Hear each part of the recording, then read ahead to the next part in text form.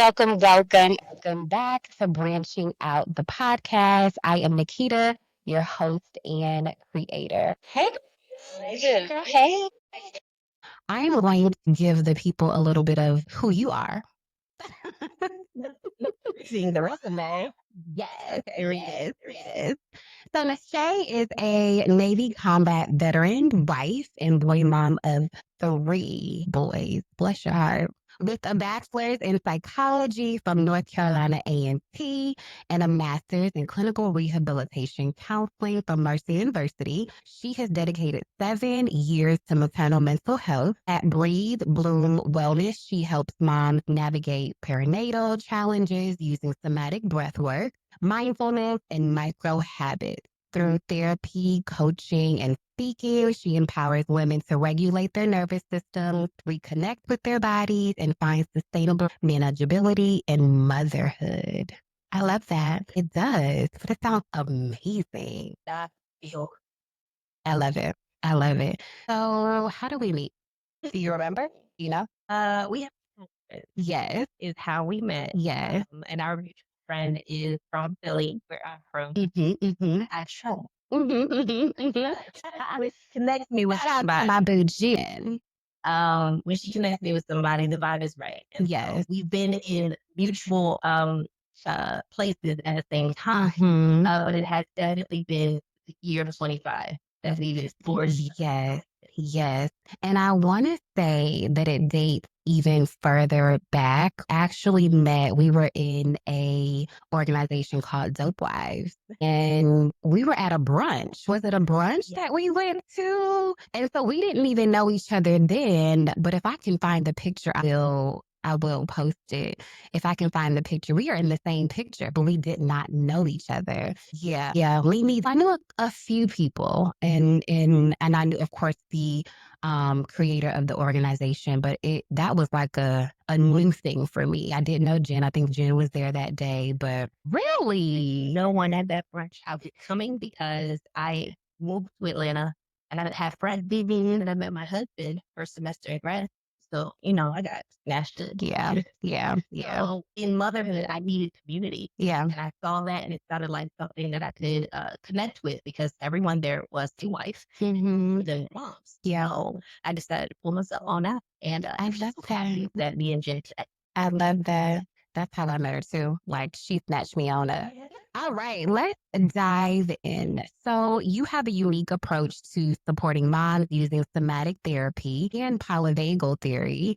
Can you share what drew you to this work and how it has evolved your personal and professional journey? Now, before you get into all of that, explain to the people what polyvagal theory is. Polyvagal theory is the way our bodies, our nervous system respond to stressors or threats, right? So it's really just a matter of you being aware of your body. Are you a sweater when you're under stress? Do you stop breathing and hold your breath when you're stressed or when you're afraid? Do you get real active, right? And so a lot of us only, fight or flight, on or freeze. And so with all of those other components, what does the body display with those categories? And that is polyvagal. Interesting. Okay. All right. So let me repeat the question. You have a unique approach to supporting moms using somatic therapy and polyvagal theory. Can you share what drew you to this work and how it evolved through your personal and professional journey? Favorite stories to tell. I am a combat veteran. No shot to anybody who is a reservist or never experienced combat. But when you acknowledge that not just being a veteran, that I am a combat veteran, that is suggested that I have seen all of the things that your movies tell you combat is. And with that, I have a diagnosis of post-traumatic stress disorder from that experience. As a single person, you can navigate that however you choose. Yeah. You run like Forrest Gump every day, go ahead and do it, right? It got a little complicated for me, and I got on medications. I got on anti-anxiety and depressants, and the girl got pregnant.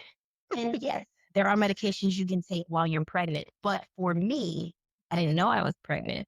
And for me, I wanted the most natural and holistic experience in it. And baby, that meant I cut out the caffeine. I know you love your caffeine. So for cutting out the caffeine, I also cut out my medication, which meant I had to find a natural way to navigate the symptoms connected to post-traumatic stress disorder because it didn't go away just because I was pregnant. That led me into somatic.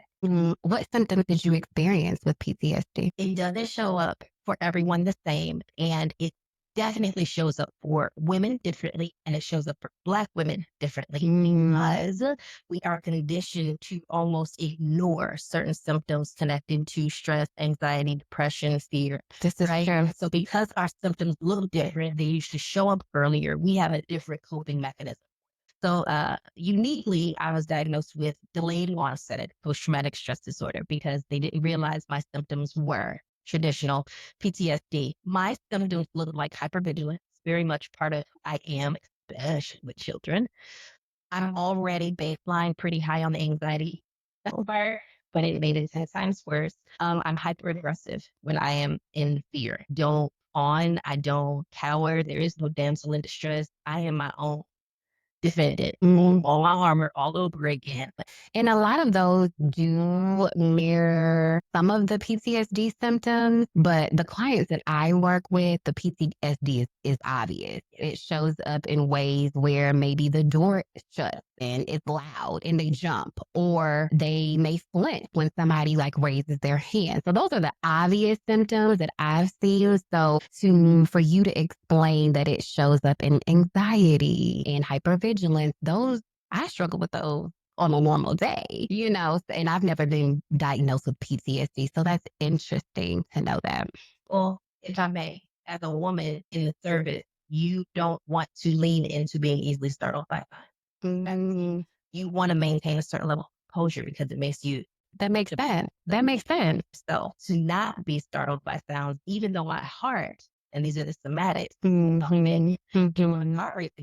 my heart rate increases. And if I start to perforate, you don't know that if you're looking at it. Right. Yes, the door did shake. For my hours to it. Yeah. Wow. Okay. So you have a practice, Breathe, Bloom Wellness. It champions micro habits and nervous system regulation. What are some small, consistent changes that you recommend for overwhelmed moms in the early stages of motherhood? First of all, stop approaching motherhood like you've approached any other venture in your life.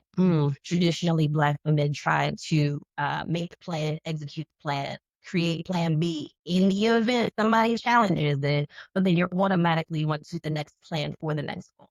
Yeah. Motherhood ain't like that. No, it's not. Like that at all. That little person has its own personality, has its own rules, most of which are not just yours. Right?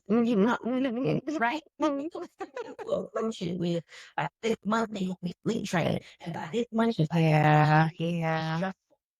and it immediately feeds into disappointment. And now you are just ill about yourself. Your entire voice is just not appreciating or championing you at all. Yeah. So a lot of times the first thing I do is I ask moms, well, what did you expect it to be? That's good. That's good. So what I'm hearing is release the control, the need for control. You talking to me because I'm a 8 o'clock. We doing this, and then then the baby got to blow out, or the baby's having a tantrum or a meltdown, and then it messes up your day, and then I know. Really. Did you hear me, Sam? Structure runs my life. Yeah. It is a part of how I manage my anxiety. But how do you give yourself grace when the schedule does shift? What does it look like to pivot and to still stay calm and apologetic to yourself? Because that child ain't gonna sleep. Yeah. You want them to go to sleep. Yeah. They're not gonna eat the fruits and veggies just because you put them in front of them. Right. Or, there's just so many different components. And if you can find a place to pivot and give yourself a little bit more grace to move in that pivot instead of, I have failed. There's something wrong with me. I didn't do this right. There's not enough research. Instead of internalizing the guilt, just appreciate that you might need to learn the human. So adjust, Libby. be flexible, and release control. That's good. That's good. Note it for me because I struggle in that area. But we'll talk. See, the thing about me and Shae is that we are each other's unofficial. We have been each other's unofficial, unpaid therapists to each other lately. So, what are some common but often overlooked mental health challenges that new mothers face? A lot of the challenges look like dismissing the symptoms. right? And so, very naturally, if we were to exclude the term of motherhood, you have to appreciate that some of what comes in the first year or the fourth trimester of motherhood looks like torture tactics, isolation, all right, poor nutrition. All of these things are usually, and maybe because I am a vet, I think about it in that context. But when you think about how you want to stress someone internally and externally to extract information, you put them in these type of situations. And that is exactly what trimester is, right? So you are sleep deprived. The baby is on womb time for at least the first 4 weeks. Yeah. If you're breastfeeding, you are now having to adjust to what it looks like to feed someone from your body and to replenish your stores. And a lot of times you are nutritionally deficient. The baby crying can be a stressor in and of itself. Yeah. Sound of your child cry. It's supposed to be, it's natural that you would be in tune to it. But if you don't lean into learning those cries, it's just damn annoying. Yeah. And a lot of us don't have proper support. That in meantime, and not having assessed your situation enough to ask for the help that you need. Yeah. You're not used to delegating. Yeah. Yeah. So that part when you say like the baby's crying, that overwhelmed the majority of us. So how do you handle that? Like, what are you supposed to do in the moment where you're already overwhelmed? You're already overstimulated. The baby's crying. You've changed the baby. You've burped the baby. You have fed the baby. The baby's probably tired, but the baby won't go to sleep. So how do we, and I don't even want to say tune the baby out, but how do you work through that? Okay. You're not overstimulated from touch. This baby only knows your body. It knows your heart rate. It knows your smell. And them being close to you a lot of times is going to be a comfort in and of itself. So even when you want to put the baby down, putting the baby down with something that smells like you is always going to be helpful. And if that is where you are, then you need to assess it and match that overstimulation with reality. So you're going to check in with yourself first. Have I fed the baby? Have I changed the baby? Is the baby safe? And if that's the case, let that baby cry. I am not a cry it out woman, okay? I mean, don't cry longer than 60 seconds. Let me put that on the record. What I'm saying is if you pick up that baby and you're stressed, you're just, baby feels energy. Yeah. Like, all they can feel is the tenseness in your body and your muscles. All they can feel is the fragile energy that you're giving. So the best thing you can do is demonstrate co-regulation by lowering your system. And if you can just pause for a second, this is with the car or not. Because in the car, the baby got to best the house. They got to cut home and they got to, because she ate it, they got to back, lumbar, they come, baby is unfamiliar. Yeah. And so whenever they are, meet that with reality, or clean your face, you change your state, I need to calm me down for a second. What do I need? Well, let me go ahead and grab this banana real quick while I pick you up. Let me go ahead and grab this handful of nuts or some type of protein because you probably are starving. Yeah. You're probably dehydrated. Yeah. Right. And you can get those things to cope yourself and then you can repick your baby. Yeah. In the event that you're a child, though, you give yourself a little extra time. Because at the end of the day, the baby doesn't realize they're overstimulating you. They are doing exactly what they're supposed to do, being selfish and sounding the alarm. Does it mean your need? Well, is this frustrating or triggering to you? Because then when's the last time you set the alarm for your need? And you ignored your need. Oh, no, I'm good. I'm fine. Oh, no, we can eat an hour. No big deal. Yeah, sure, baby. Let's go ahead and have sex. I'm tired. And many times, as you ignore your need, having something consistently and persistently destroy the health. Right. Right. Because my needs. I need my needs. Yeah. You understand that one, they can't talk. And two, this is your job for this season. Yeah. But you also have to check in with yourself first so that you can provide their needs. You kind of take some of the why is this happening to me-ish feeling from it. And if you could lean into this is the only place where everything I do is right. Yeah. It can be extremely gratifying. Yeah. Can you tell my love? I can tell. I can tell. This is so good. I love my little So good. And I'm taking my mental notes. I'm not at the new postpartum stage anymore. I have a 18-month-old. However, this is definitely helping notice you do forget about yourself and you do put your needs in the back of your kids. It's like, let me make sure that they're fed. Let me make sure that they're comfortable. Let me make sure that they have what they need. And then you're like, oh, I didn't eat. Oh, I didn't shower, And so it's a mindful thing to be mindful. Like, okay, I have had the baby situated. What do I need in this moment? But are you saying put your needs first? Like, tend to what you need first and then tend to the baby if you're overstimulated? That's exactly what I'm saying. Okay. And I want to be very mindful in that because there is a lot of language that suggests being selfish is in some way detrimental to the child. And I think that immediately confronts the stigma that a woman is supposed to be a servant to her children their entire life. Which is why you find so many women in the generation previous to us who don't want a grandma because they didn't take care of themselves and they don't want nothing to do with a kid. Yeah. Right. So what you want to do is be able to be so mindful of yourself that in the event that you serve the child the need first, you at least have assessed what your need is. And this is part of the language to delegating to people because yes, okay, you're breastfeeding mom, you sit down because I need to feed the baby. Hey, can somebody get me some water? Yeah. Hey, can somebody bring me a bowl of whatever's up there on the stove? Instead of I'm just gonna be mindless in this moment and be a slave to serving the maid. That's not what I'm suggesting. I'm suggesting to you in the event that you do not immediately activate your behalf, that you are at least aware of what you need so that you can ask someone to serve you while you serve the being. Yeah.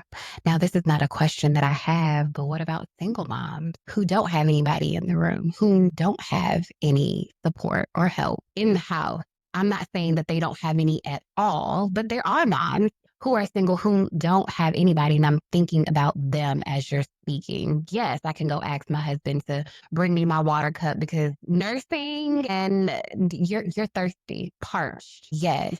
But for those who are single and they don't have a partner or a mom or a friend or somebody in the house to bring them water or bring them some trail mix, what about them?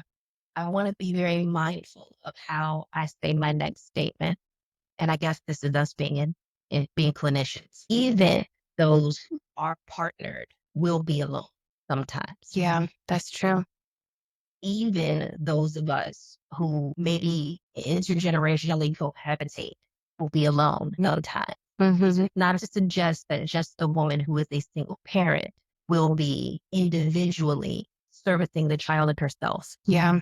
So this is where anyone finds themselves with maybe a traveling partner, maybe a disengaged partner, maybe someone who doesn't, like myself, have the next generation. My mother is not able to help, and my mother-in-law doesn't help. And so it is me, on me, most times. And what you should do is put things in place. I don't need you to have to go and get the cup and fill the cup and put the cup. I need you when you first get up to set up at least 2 to 3 cups of water because they need to be accessible. The same way that you set that baby's bottle up, or the same way that you set those Pampers, you got a Pamper changer station in the living room, in the bed. I need you to set yourself up the same way you are setting up at the baby's Good. That's good. right? I don't need you to just go to the store and make sure you stocked up on whatever the medications are, or whatever the blood creams are. I need you to make sure you have stocked up on no, because peanut butter is peanut butter.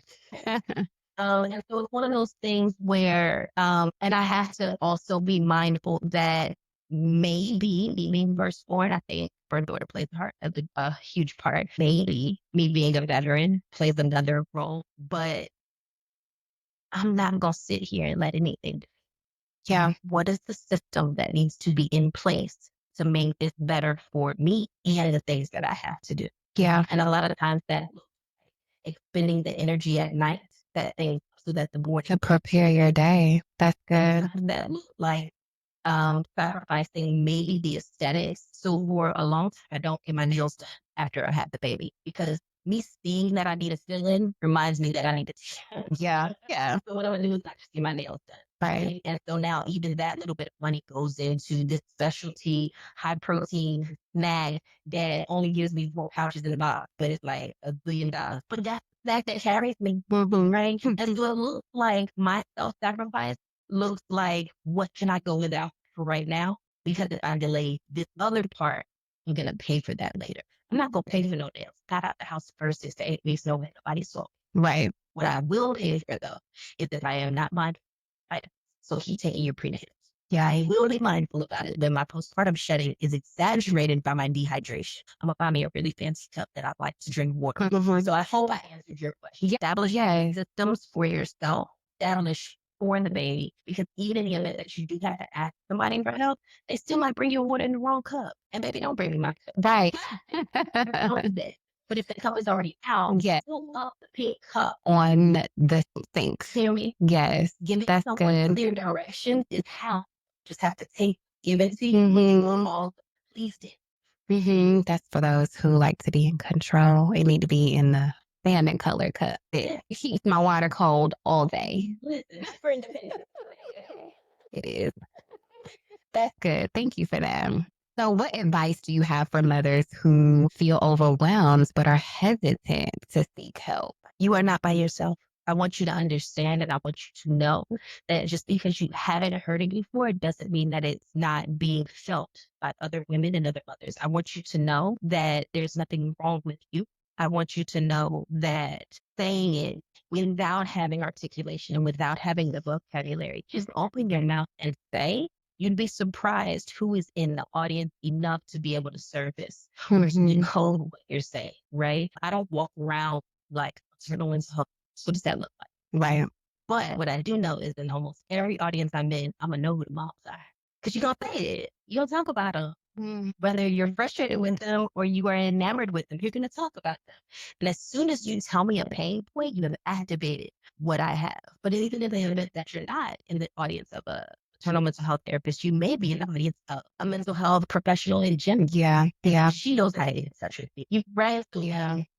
Stop silencing yourself for concern of sounding inadequate in this. Yeah. That we don't know what we're doing. None of us do. We're not supposed to. You're supposed to grow in the experience. And I don't care how many kids you have, they're all different.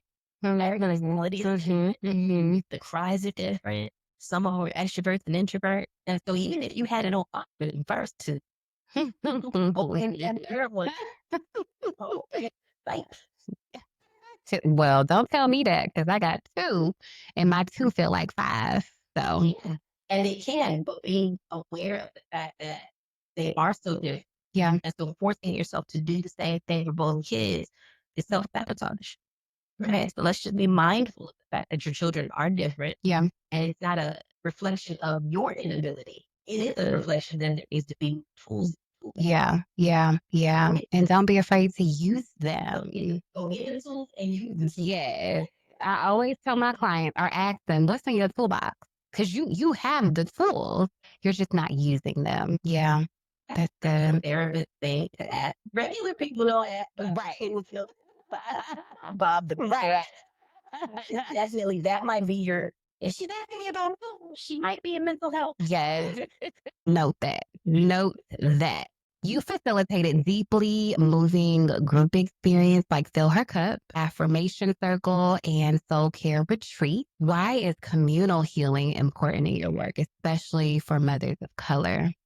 Because we were not created or designed to do anything in isolation. Anything, right? It's lonely at the top because, and baby, I ain't trying to get you in trouble. It's lonely at the top because Western culture suggests that it is a burden to carry anything or anyone on your journey. But the African proverb says, if you want to go fast, okay. Yes. Right. And so I want to remind us because our generation is very much get out of high school, go get a degree, go get this boss job, then get a partner, and then right now. So it's a lot of how do I execute, and then you get to motherhood, and this goes back into what I said. This is a foundational core blueprint in what I show moms. You can't do this by yourself. You're not supposed to do this by yourself. And in the event that you are doing it by yourself, there is another area of your life that is deprived because of it. Yeah. And it's just not fair if you don't have to. Again, let me reiterate, my mother is dying. And so I don't have a mommy to call and be like, this baby, or to come get them, right? And so I'm not suggesting that everybody has the village. I'm saying, get that village. Got you. Yes. Ida. Yes. My village. Because you do have a child that's older than my children. We have a baby in the same age group, but you have one that's older. And so, hey, and that puberty kicks in when they start to shine. Yes. I don't know what that Listen. looks like. Yeah. I have voice with girls who have relationships, like talking to moms who have children in a different age group so that I don't have to figure that out. What does it look like? When Yeah. your baby's out of diapers, what does it look like to transition? I love telling moms how to train this. I have a very good success rate. I'll be calling you. Right? It's one of those things where you curate the village you want, because even if they can't support you, there is a familiarity in them having been through the journey that makes you feel less isolated. Yeah. Yeah. As long as you stay in isolation, you are in fight. Mm-hmm. Why would you? See, Yeah. Yeah. that I have women that all the time.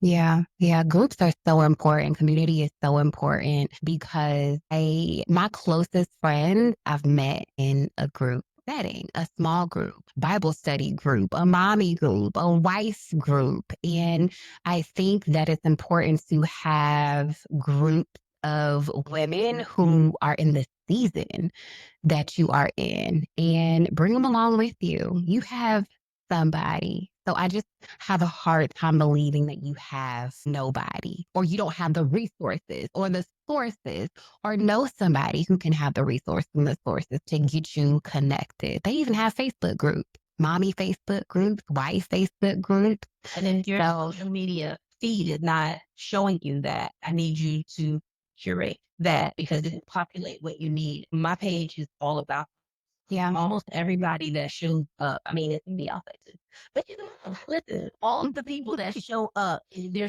showing me the messy house. They're showing me the unfulfilled plan and the pivot. They're showing me what it looks like to wake up an hour before they wake up. So I know I'm not.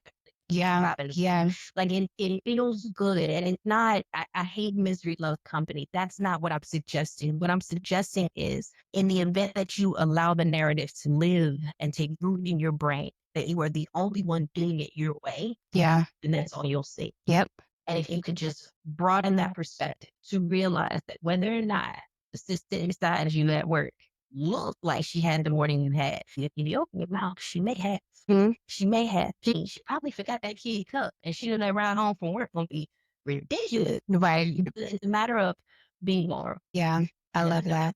I love that. Yeah. Yeah. You have to. You have to. And some of us don't like to be vulnerable, and some of us are, I got it. I can do it. You don't. Don't say that in front of me because I'm gonna ask you. Yeah. Yeah. So you often speak about the transition into motherhood and the matricence as a sacred but often chaotic experience. How do you guide moms through reconnecting with their identity during this stage? First, I inform them of what exactly trust is.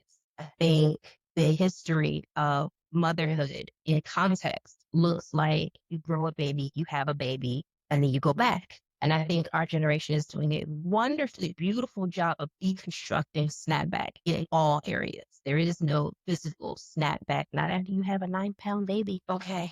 I don't know where my back row baby mom's at. 3 children over 9 pounds. And that's just the baby. That's not fluid. There's nothing else. That's just the human in and of itself, right? Wow. Physically, it is difficult for your body to snap back when you realize that your organs had to be moved out of the way in order for the baby to be housed comfortably. They don't just slide it back down and fall out. Yeah. Yeah. Gradually go back down. So a lot of times the weight that you think you're carrying is because your organs are pushed up into your ribs. They can't shrink until you see what I'm saying? So a lot of times it looks like me explaining to them what exactly has happened to them because no one has explained Yeah. to them how hormonally you're not the same for at least 2 years. Physically, you may not be the same for about 2 to 3 years, and that is hugely based on whether or not you decide to breastfeed, chest feed, or not. Mentally, this is also a part of the hormonal and the support system that you have within the fourth trimester. And so there's so many different parts of it, and this is where the term matrescence came from. It is one of the largest, most aggressive hormonal shifts that a human being will ever experience. This is more aggressive than puberty. It is more aggressive than menopause, right? Because there's so much changing in you and about you. And a lot of it will never, ever go back to being. And you need to appreciate that. You were knowledgeable about that. it would make a difference in how you move forward in motherhood. Yeah. Right. So I love educating people on what it is, because you didn't just have a baby. You, oh goodness, please do not minimize that experience. You did not just Yeah. nothing. Yeah. You created a human. I like to share that even women in impoverished communities can have a healthy full-term baby, because the baby has pulled keratin from your eyes to create their vision, pulled calcium from your bones to create their bones. So the prenatal vitamins are not for the baby, they're for you. Yeah. And if you stop prenatals, or you don't take them, or you don't fuel your body with the nutritional storages that they need, you will feel the effects of that later. Where you get the I feel crazy. This is where you feel I don't have any energy. This is where my hair's got the same. First of all, my voice got the same having children. Tristan. I don't think so. Baby, I don't think so. Really? Damn, your changing your breath. Thing. I learned something new. But any artist, little race, why they sing it to you, she don't sound the same. She just had a whole baby. Interesting. Now I'm going to pay attention to that. Gait usually changes. We only look at it from a sexual perspective, but the fact that your hips have changed to push out a baby, whether or not you had a vaginal delivery, Yeah. the fact that you carried the baby, width of your body had to expand to create the space for that. Bone literally had to shift. And a lot of that doesn't go back. So if you feel like you walk different, because baby, you do. Yeah. Feel like you sleep different, because you do. Yeah. And if you're not patient with yourself to lean into all of those changes, you'll feel it later. Yeah. That's the safest way I can say it. That our generation is giving a little bit more patience to the experience of becoming a mother and being. Yeah, that's good. That's good. What does faith, how does faith tie into what you do, your practice, breathe, bloom, wellness? How does that play a role? It is a primary foundational role. I did not grow up in church. I did not grow up. We would say our grace before we ate and our praise before bed. So my relationship with God is everything. And I developed that relationship on deployment. This is where I had no one to tell me that I was praying right, which scripture to carry me through. I had to really forge that relationship myself. And what I learned was, if I could be honest with myself, then the answer would be provided. And even if the answer wasn't provided, there would be a peace about the situation that would allow me to endure the situation. And so what I found was, in motherhood, because it is such an all-encompassing experience, that I couldn't do it by myself. Yeah. And I've shared that I had security in my village. It was strong 2 years before the village got there. It was just me and my first. And none of my first was born not breathing. Wow. Right. So he's a micro baby. It's my first pregnancy. The cords around his neck. Time. But my baby came out great. A 40-week, fully gestated, full-term baby in NICU. I go home without my baby.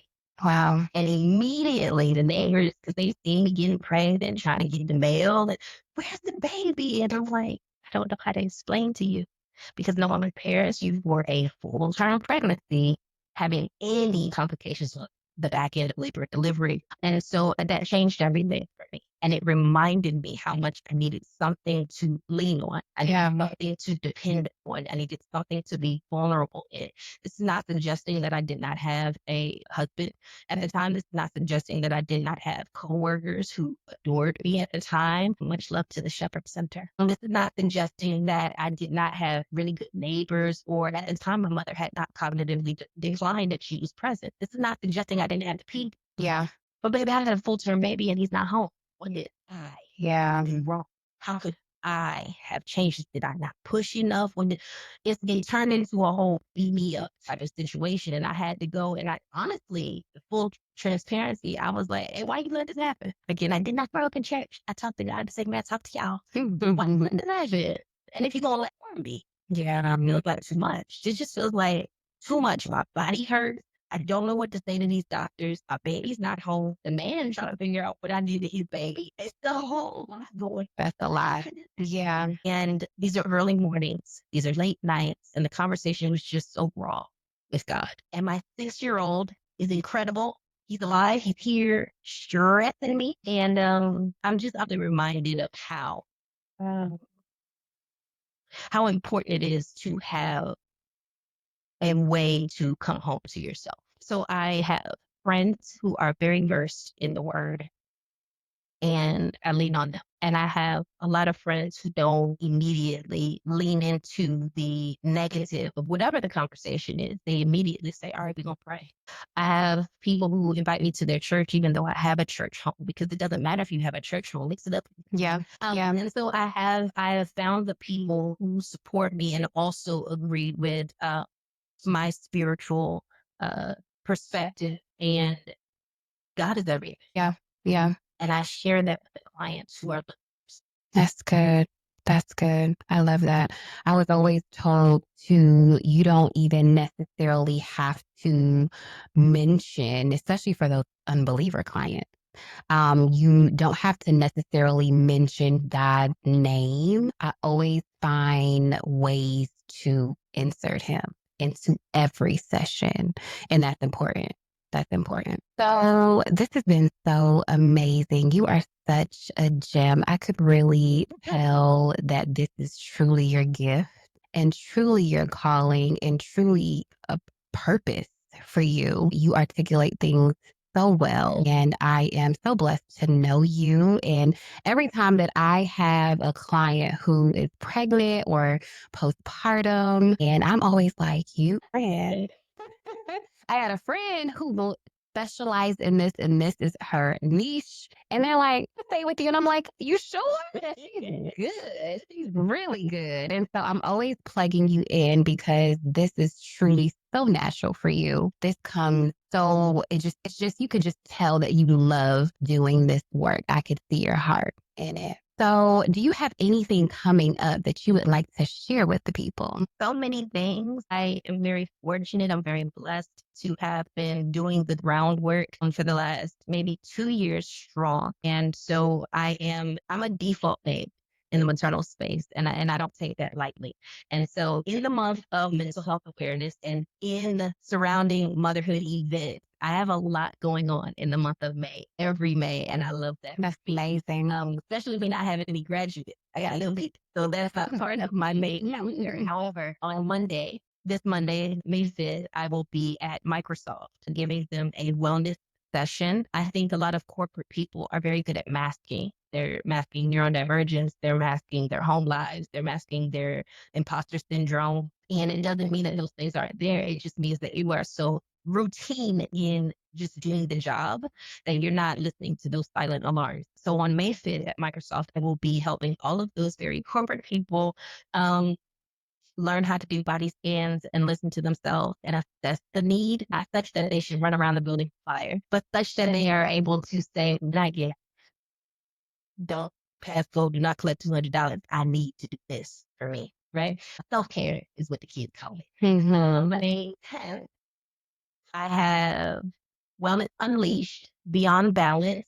This is at the YMCA in the city of Atlanta. We are doing a wellness exposure. And so I am part of the icebreaker that you mentioned earlier. I love icebreakers. I think people come to the event and they come with the people they know and they leave with the people they know. Yeah, that is such a waste of your ticket money. And so I have been fortunate enough to curate some icebreakers that allow the introvert and the extrovert, the able body and the other able bodied people to intermingle for a moment and then truly embrace the event that they're at. So I'll be doing the icebreaker at the Balance, Beyond Balance, Wellness Unleashed event at the YMCA. And then I will be doing an Embody Her exercise later in the day. And then on the 17th, correct me if I'm wrong, that's the next Sunday. It's only on the next Saturday, I will be with the Millennial Mommies Club. And so we will be doing an event there where I think that is one of the most open events because they will have a mommy pantry. If you need diapers, formula, clothes, if you need female hygienic products for yourself, this is where you can come and select those things. And on top of that, they will have 3 different panels. And I will be not on a panel for the first time. I will be moderating. Okay. On the wellness panel. So I get to posture all of the good questions. Yes. And get all of the good information out to the audience for that. I think that's almost at Mother's Day. I won't be with the kids. I am a huge proponent. I don't want to hear that they don't on your Mother's Day. Don't plan to be locked up in somebody's hotel room with a blackout. Yes. Mother's Day, but happy Mother's Day, man. Yes. All Happy Mother's Day. even if you did not biologically have a mother, if you are in a maternal, if you are caregiving for somebody, happy Mother's Day to you. Yes, I love that. Where can the people follow you and or book you? I can be followed on Instagram, Breathe Bloom Wellness, Facebook, Breathe Bloom Wellness, LinkedIn. I am Nisheé Moore. I am a mental health therapist, Psychology Today, Nisheé Moore. And then I can be booked by info at Breathe Bloom Wellness, the website by the same breathebloomwellness.com. I do traditional clinical work as a psychologist, contract for looking forward, counseling and mentoring services, but then I also do somatic work. And so most people already have a clinician and y'all locked in. And I appreciate that. And there are also people who are already on a medicinal regimen. And I love that for you too. Um, but if you need to learn how to breathe deeper, if you need to learn how to move some of that stress into It's your girl. Thank you. Thank you so much for being here. I truly enjoyed our time together. Y'all make sure y'all follow her and or book her. thank you, babe. Follow me on all social media platforms. Like, comment, subscribe on wherever you listen to your podcast. Let's get growing.